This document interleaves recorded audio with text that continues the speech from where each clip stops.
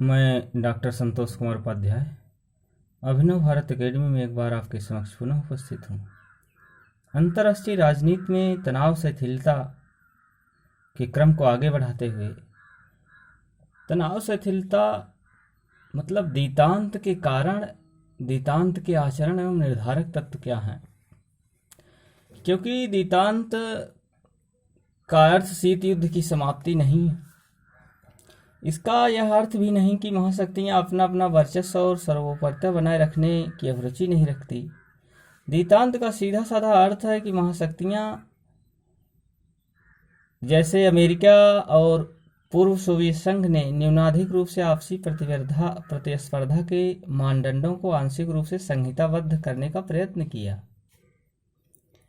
क्योंकि दितांत के आचरण के निर्धारण के तत्व और दितांत के कारण, तो दितांत के निम्नलिखित कारण हैं। पहला है, दितांत संबंध पारस्परिक राष्ट्रीय हितों की पूर्ति करते थे। डॉक्टर एम एस राजन के अनुसार शीत युद्ध के संघर्ष पूर्ण मार्ग में दितांत के सपाट रास्ते पर चलने का कारण महाशक्तियों के पारस्परिक हितों में ढूंढा जा सकता है। दोनों महाशक्तियों के नेताओं एवं अभिजन ने यह सोचा कि अस्त्र शस्त्रों पर धन खर्च करने के बजाय अपने अपने देश में आम आदमी के भविष्य को सुखद बनाने के लिए धन खर्च करना अधिक लाभकारी है। शीत युद्ध के युग में सोवियत संघ ने खाद्यान्न के क्षेत्र में आत्मनिर्भरता को प्राथमिकता नहीं दी और अमेरिका ने निग्रो लोगों के कल्याण के लिए धन खर्च करने में कंजूसी की। इससे दोनों देश में जन असंतोष बढ़ा। दितांत संबंधों में अमेरिका और सोवियत संघ की शक्ति और धन अपने नागरिकों को बुनियादी आवश्यकताओं को पूर्ति में लगने की गुंजाइश बढ़ी और जिससे विश्व शांति के अस्थायी आधार के पुख्ता होने की संभावना भी बढ़ी। दूसरा कारण था, दितांत संबंध सोवियत संघ के आर्थिक विकास की आवश्यकताएं पूरी करता था। दितांत का एक कारण सोवियत संघ की आर्थिक विकास की आवश्यकताएं भी थी। तकनीकी ज्ञान के अभाव में सोवियत संघ कृषि के क्षेत्र में आत्मनिर्भर नहीं हो पाया। साइबेरिया में उपलब्ध विशाल गैस भंडारों के दोहन नहीं कर पाया। सोवियत संघ के अतिरिक्त खाद्यान्न भंडारों की अनवरत आवश्यकता रही, जिसे वह अमेरिका से सौहार्दपूर्ण संबंधों के वातावरण में आसानी से प्राप्त कर सकता था। चूंकि अमेरिका के पास हमेशा अतिरिक्त खाद्यान्न उपलब्ध रहे हैं, निश्चित ही अमेरिका तकनीकी ज्ञान की सहायता के आधार में सोवियत विकास को नया आयाम प्राप्त हो सकता था, किंतु इसके लिए शीत युद्ध की वैमनस्य को दफनाना आवश्यक हो गया था। तीसरा कारण है, अमेरिकी उद्योगों के लिए कच्चे माल की आवश्यकता। अमेरिकी नेताओं ने यह महसूस किया कि सोवियत संघ के कच्चे माल के विशाल भंडार हैं और अमेरिकी उद्योगों के लिए उन्हें आसान शर्तों पर प्राप्त किया जा सकता है। निक्सन प्रशासन का यह विश्वास था कि अमेरिका और सोवियत संघ की अर्थव्यवस्थाएं अंतर्राष्ट्रीय बाजार के परिप्रेक्ष्य में एक दूसरे के प्रतियोगी न होकर पूरक हैं। और अगला कारण यह था कि आणविक शस्त्रों के क्षेत्र में संतुलन। आणविक शस्त्रों के क्षेत्र में असंतुलन का परिणाम था। शीत युद्ध के इस क्षेत्र में स्थापित संतुलन ने दितांत संबंधों को विकसित करने में योगदान दिया।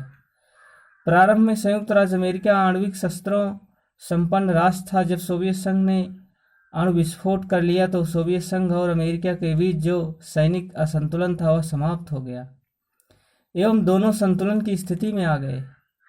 अमेरिका अब यह महसूस करने लगा कि साम्यवाद के विस्तार को रोकने के लिए सशस्त्र संघर्ष की नीति घातक रहेगी। बर्लिन की घेराबंदी, कोरिया का युद्ध, क्यूबा संकट के समय आणविक शस्त्रों के घातक परिणाम किसी की भी कल्पना के बाहर नहीं थी। अगला कारण था आणविक आतंक और आणविक युद्ध का भय।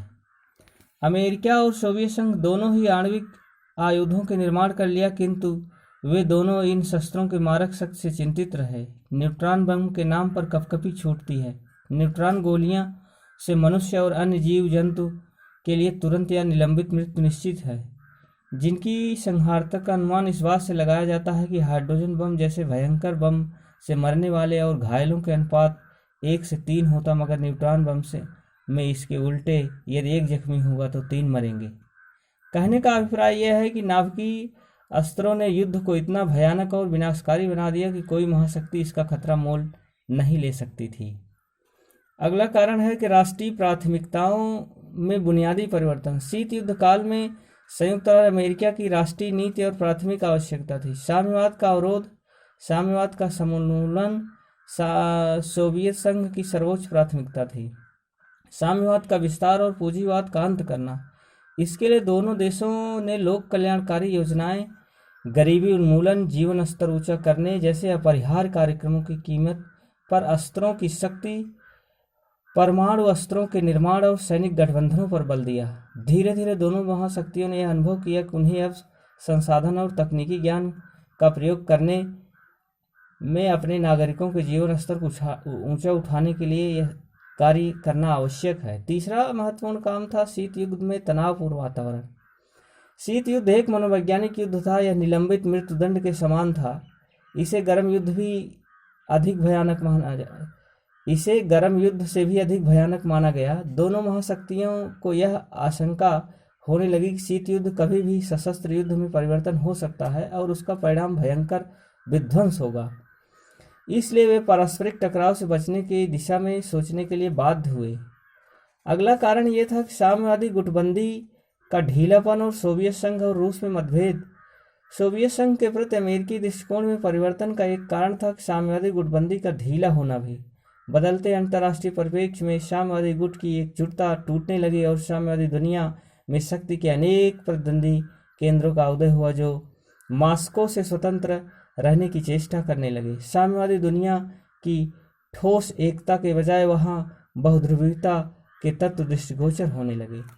इस तरीके से अगला कारण है गुट निरपेक्ष राष्ट्रों की भूमिका। शीत युद्ध को द्वितांत अर्थात तनाव शैथिल्य की स्थिति में लाने का श्रेय गुट निरपेक्ष आंदोलन को है। गुट निरपेक्ष राष्ट्रों ने शीत युद्ध को बढ़ावा देने वाली गुटबंदी को तोड़ने में सहयोग दिया। गुट निरपेक्षता का दायरा इतना बढ़ता गया कि दोनों ही गुटों पावर ऑफ बैलेंस की दरारें बढ़ने लगी और गुटों में संलग्न राष्ट्र भी धीरे धीरे गुट निरपेक्षक नीति अपनाने लगे। इस तरीके से डॉक्टर ए.पी. राणा के अनुसार गुट निरपेक्ष राष्ट्रों ने अपनी गुट निरपेक्ष पहचान को बनाए रखते हुए महाशक्तियों को अपने सहयोगी प्रतिद्वंदी व्यवहार को सफलतापूर्वक संचालित करने में मदद की।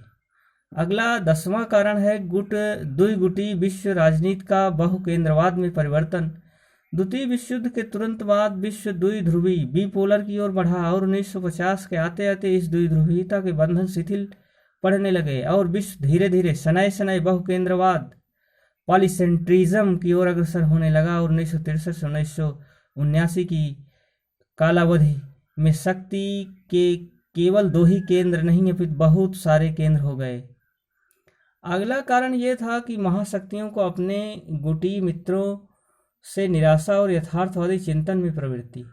शीत युद्ध की राजनीति में अमेरिका और सोवियत संघ ने अपने अपने मित्रों की संख्या बढ़ाने की होड़ प्रबल थी, किंतु उन्हें यह समझते देर न लगी कि उनके मित्र उनके लिए बोझ बनते जा रहे हैं। दक्षिणी वियतनाम, दक्षिणी कोरिया और फार्मोसा अमेरिका पर भार थे। पूर्वी जर्मनी और उत्तरी कोरिया सोवियत संघ पर भार साबित हुए। फ्रांस ने अमेरिका के लिए मुसीबतें खड़ी की तो चीन, रोमानिया, अल्बानिया और सोवियत संघ के लिए मुसीबतें खड़ी की। गुट निरपेक्ष देशों ने दोनों ही महाशक्तियों से सहायता लेकर दोनों को आर्थिक और सैनिक शोषण किया। डॉक्टर एम एस राजन के अनुसार फ्रांस का अमेरिका विरोधी दृष्टिकोण और चीन का सोवियत संघ को दी जाने वाली खुली चुनौती विशेष रूप से महाशक्तियों के संबंध में द्वितांत के विकास के लिए उत्तरदायी है। अगला कारण है संयुक्त राष्ट्र संघ में तीसरी दुनिया के राष्ट्रों की भूमिका। संयुक्त राष्ट्र संघ में भी महाशक्तियों की स्थिति पहले जैसी नहीं रही। तीसरी दुनिया के अफ्रीकाई राष्ट्रों ने संयुक्त राष्ट्र संघ में अपनी आवाज़ बुलंद करना शुरू कर दिया और संयुक्त राष्ट्र संघ को उनकी उत्तरोत्तर बढ़ती हुई संख्या ने शीत युद्ध की उग्रता को कम किया। अगला कारण है यूरोपीय युद्ध को रोकने की परिकल्पना से भयभीत थे। क्यूबा के संकट 1962 में एक दोहरा और विचित्र प्रभाव पड़ा। एक और जहां शीत युद्ध की पराकाष्ठा की अनुभूति करवाई, दूसरी ओर इसने शिथिलता की आवश्यकता को भी उग्र रूप से रेखांकित किया। इस घटना के बाद यूरोपीय राष्ट्र विशेषतः युद्ध की कल्पना से भयभीत रहे। दूसरा विश्व युद्ध उनकी धरती पर लड़ा गया था, अतः उन्हें अत्यधिक कटु अनुभव था। किसी भी प्रकार से ये विश्व स्तरीय तनाव में डूबने के लिए तैयार नहीं थे। यूरोपीय राष्ट्रों के इस उग्र अनुभूति पर अमेरिकी विदेश नीति का सीधा दबाव पड़ा और शिथिलता की नीति को और अधिक तत्परता से लागू करने के लिए बाध्य हुई। तो इस तरीके से कहने का मतलब यह है कि पश्चिमी जर्मनी की चांसलर विली ब्रांट ने यूरोपीय राष्ट्रों से शिथिलता की प्रक्रिया को लागू करने पर विचार किया। और यहीं पर ये कारण समाप्त होते हुए धन्यवाद।